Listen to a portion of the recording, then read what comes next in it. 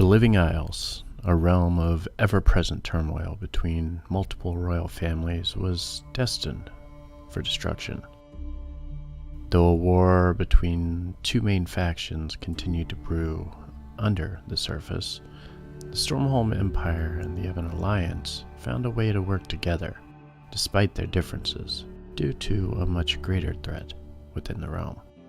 The unknown threat to most of the realm lied ahead, coterminous with the negative energy plane of Mabar, the plane of existence connecting to the Living Isles due to a massive planar rift between Toril and Eberron, threatened utter destruction to the realm, and granted an incredible power to a would-be god.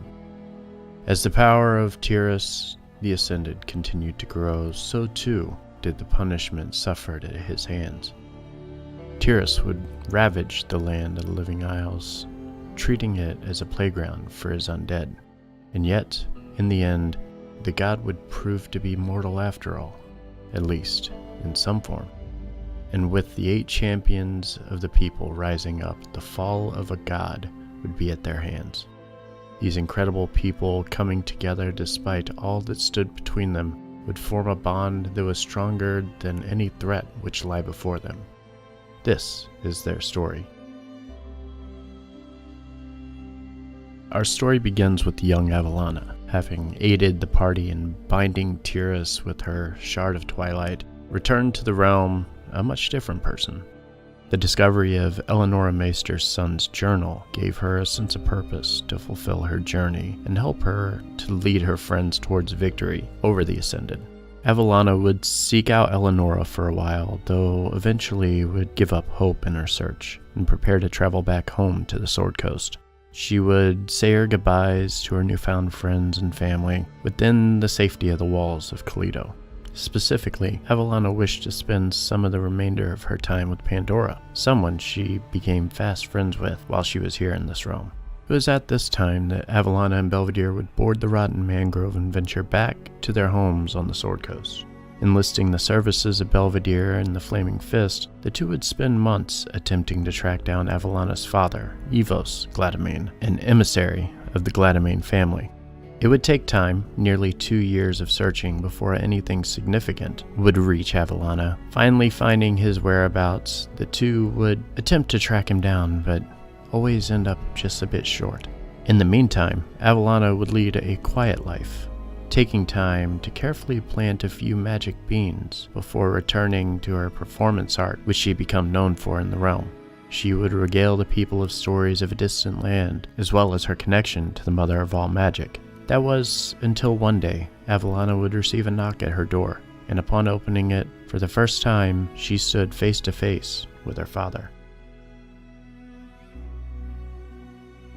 Having completed his obligation to the Duke and fulfilling his duty to Tyr, Belvedere and Freddy made their way back to Boldar's Gate. In addition to taking time to help his comrades, Belvedere also returned with a new mission, and with the blessing of the Gladamain High Council. He began to work by establishing a better cohesion between the Living Isles and Boldar's Gate properly, strengthening the bonds between the Council and the Flaming Fist. As he would begin to open the door to greater relationships to other nations across the Sword Coast, Belvedere would provide assistance to help rebuild the Isles after the Cataclysm, all while spreading the ever-burgeoning influence of the Flaming Fist to the realm. As this relationship grew, Belvedere returned to the Living Isles several months later to seek a favor of the High Council.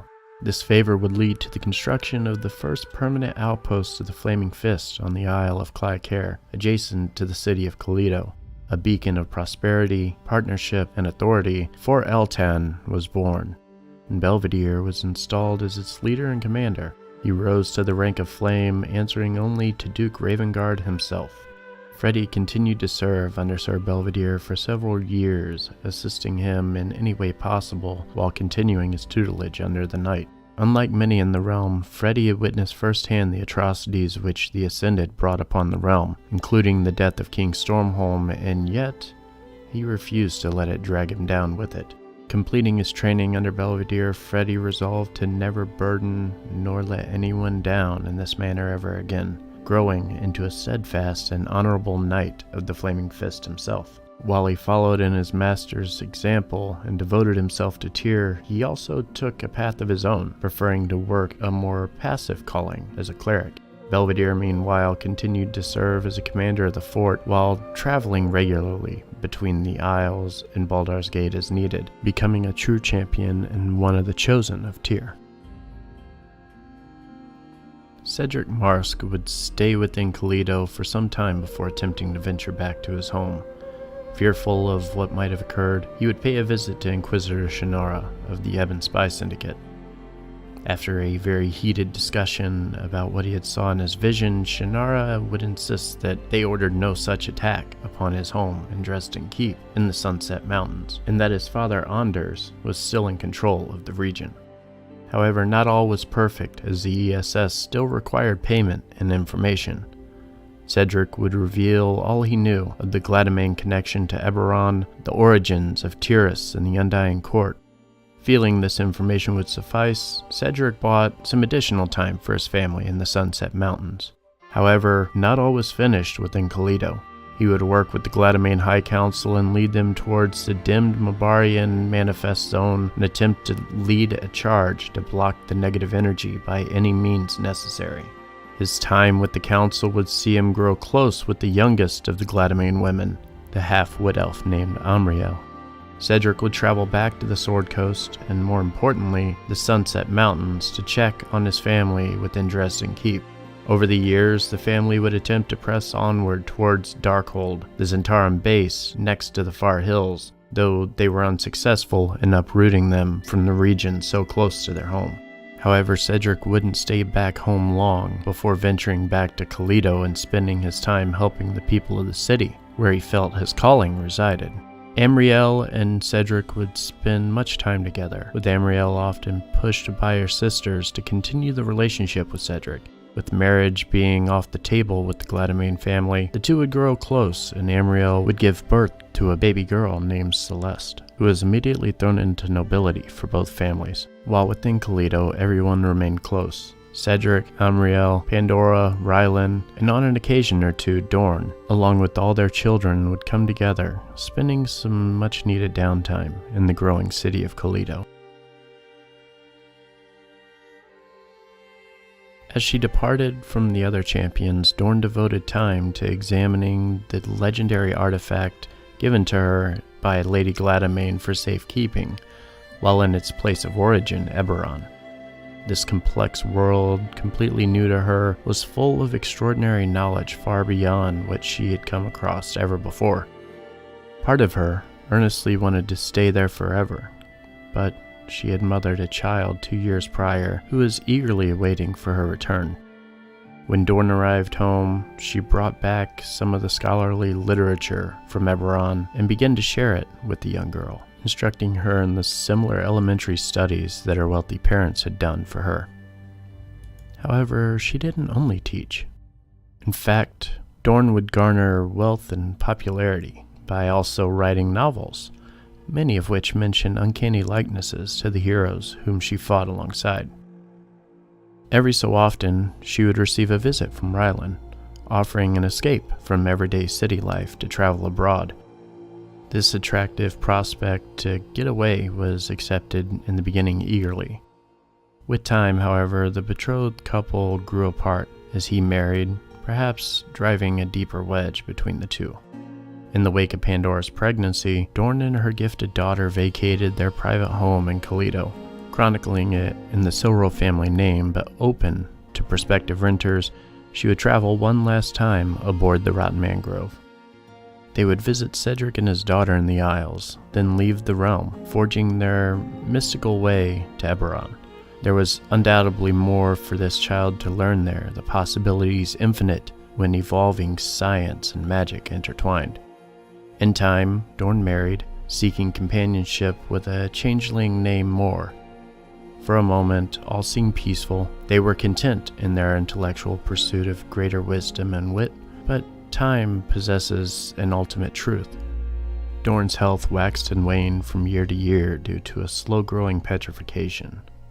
It wasn't until the child nearly reached adulthood that Dorn died, completely ossified. Her stone figure respectively became a protected monument in fond remembrance.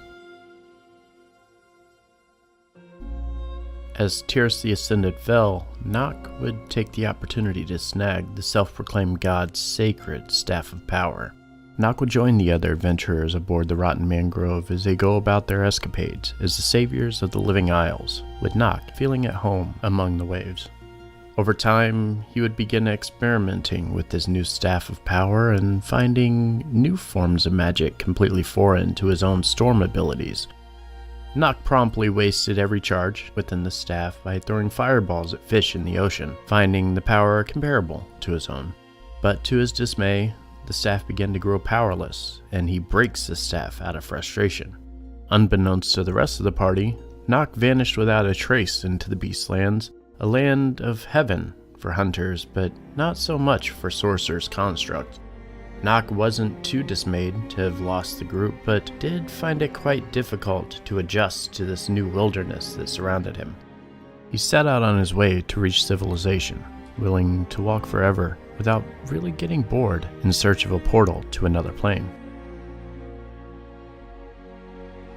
Lorgus spent very little time with the other adventurers and would quickly venture southeast of the city of Toledo to visit the Flathammer tribe, both to see how they had weathered the storm and to follow up on their offer to drop by.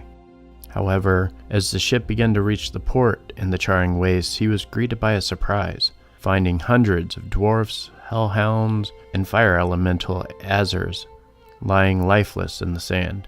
The Fire King Freyas continued his charge onward despite the occurrences on Clycare Island, and as such, he pushed onward towards Sidore, bringing death and destruction with him.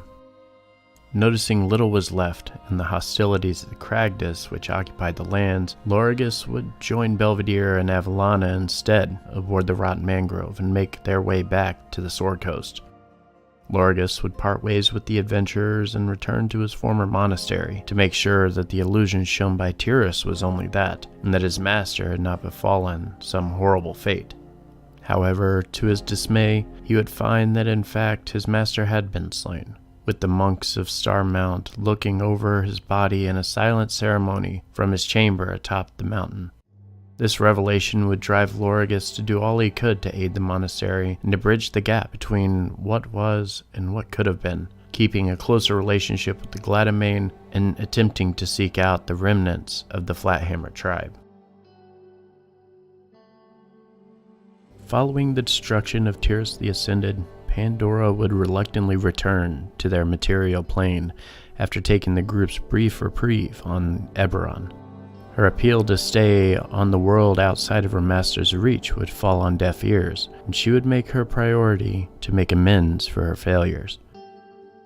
She would part ways with Ryland for a time. His insistence on traveling with Dorn to see his firstborn would hurt the warlock from the position of learning this news so soon after the start of their own relationship.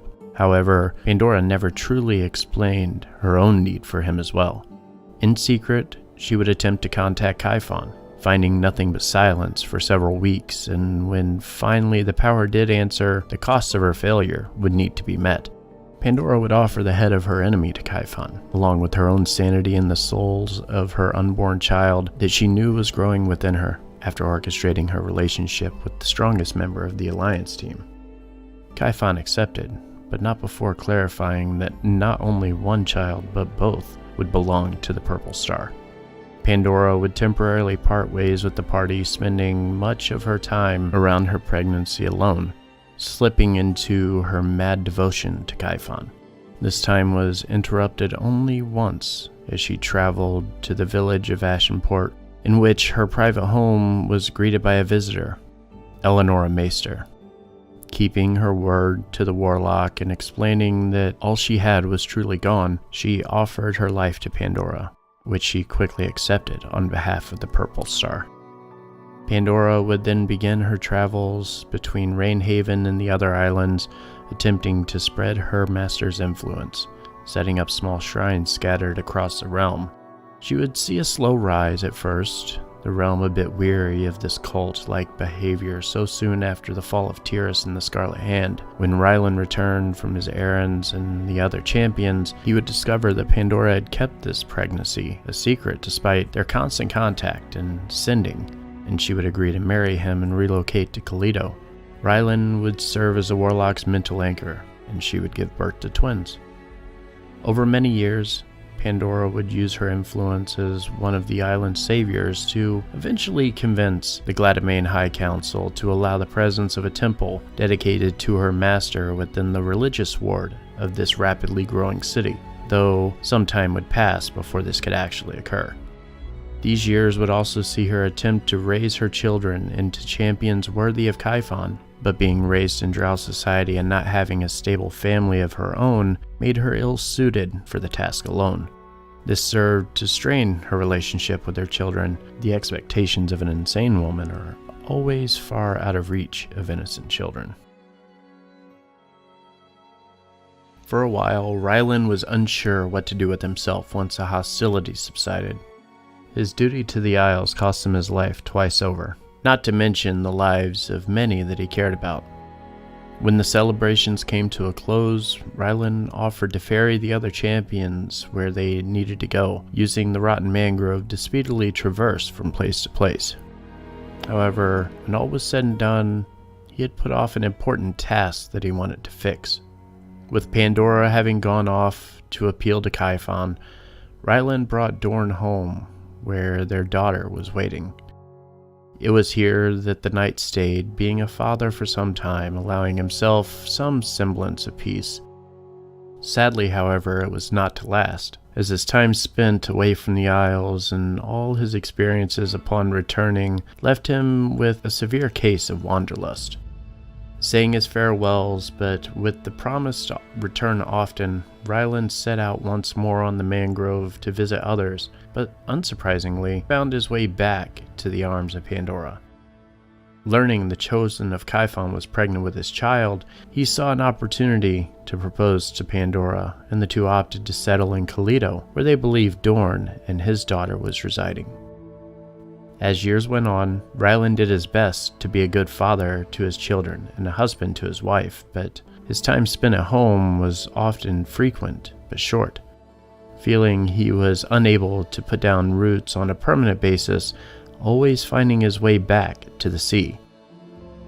He often visited his brother Saren at Rainhaven, but opted to only advise during his visits, refusing any offer to reclaim his place as a proper heir of the family's leadership, feeling Saren was more than capable of taking on the task.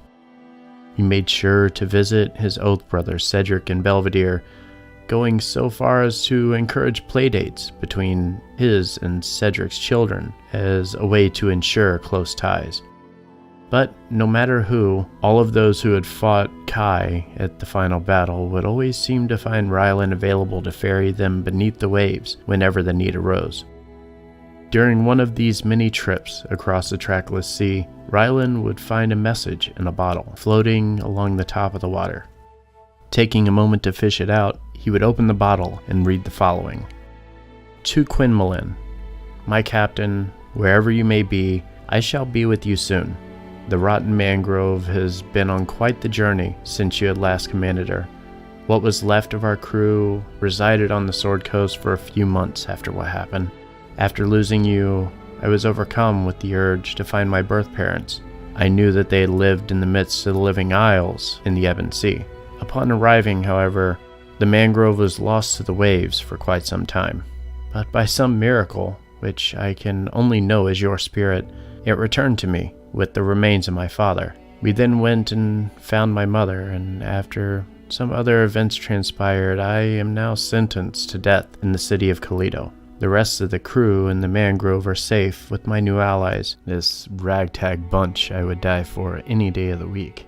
I can only hope that I led them well for the short amount of time that I commanded them, although I know that I will never really live up to your leadership. You never did find that bastard Kraken that took your life, and in that I have failed you. In my next life I vow to hunt down this Kraken and do to it as it has done to us and to our family. My time is running out, and although my existence on this world has been short, I have lived a good life. As good as a swashbuckler of these seas could ever live, I suppose.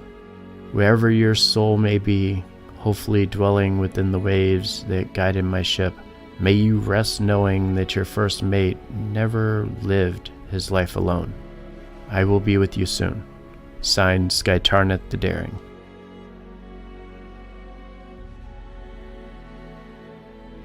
Vormash Edri, one of the king's highly sought-after sages, would return back to Stormhold Keep after the events of Obeek's Cay. Attempting to decipher the task which had fallen upon him from the king himself, he would spend his days examining the 6 keys of Ezator, attempting to understand their power and where they would lead. This endless search of knowledge and power would drive Vormash towards insanity, locking himself away in his private study uninterrupted. Day in and day out, he would struggle to find his answers. That was until he received a knock at his door one late evening. As he opened, he would glance down upon somebody he had previously met, Gruprix the Grand, the head wizard of the village of Lomera. It would seem that Vormash's prodding into the magic surrounding Ezator's keys would garner his attention, as Gruprix offered the young sage safety for his studies within the confines of his village. It was only at this point that Vormash noticed the devastation of Stormhold Keep, having not been around for the undead uprising within the city walls. Knowing very little of what was left, with parts of the city destroyed and death also filling the air, Vormash would follow Gruprix to Lomera, where he would spend the rest of his days in solitude, along with the other mad wizards of the realm. As for the rest of the realm, the trials faced at the hands of Tyris the Ascended would greatly change the path of the noble families themselves. The Stormhold Empire would tread water for a little while, with Belvedere's request of Tyr being the only saving grace that the citizens of the keep would get. Cassius would attempt to fill his father's shoes, taking the throne at a young age, but simply didn't have the same mental fortitude to withstand the barrage of hostilities which had followed after his father's death. Advisors to the fallen king attempted to maintain the realm, but calls for a new rise to power would grow louder in the years that followed, with the sons of the king ultimately relinquishing the rights to power to the Gladamain family willingly.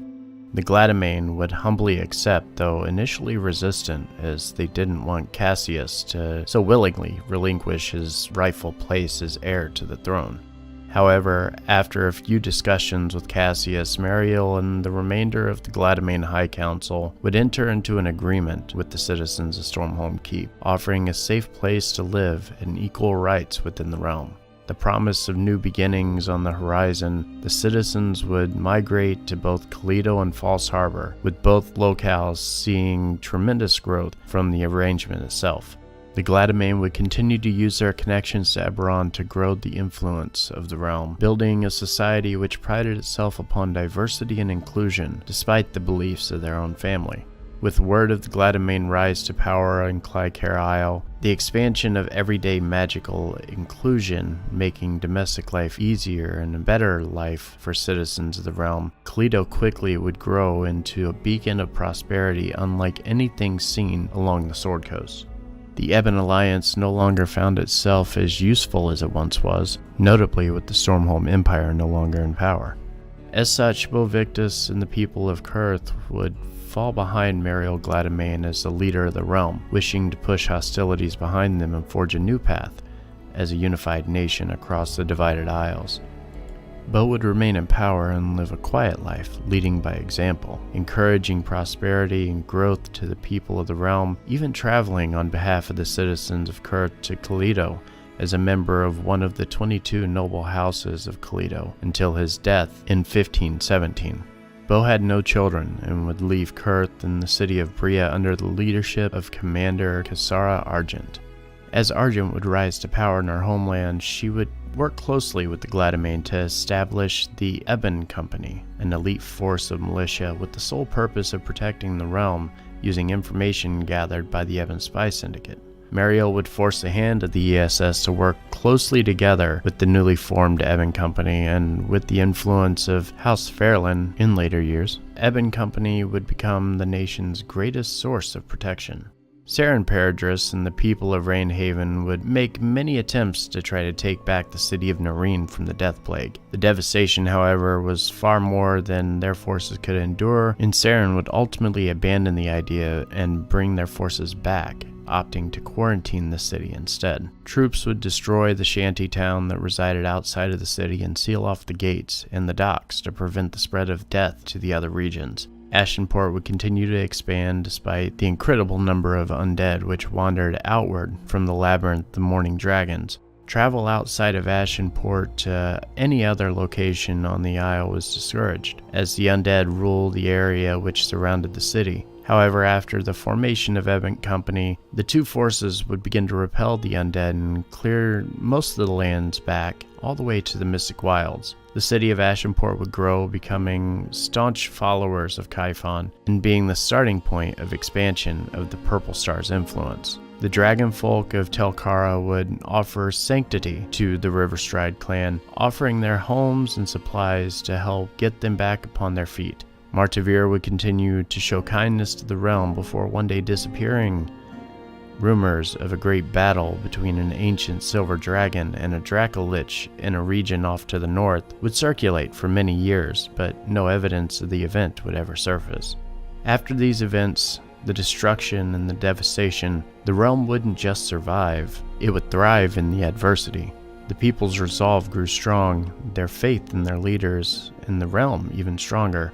Life in the Living Isles was a good one, and they owed it all to the incredible individuals who refused to watch as the realm fall into Mabarian darkness.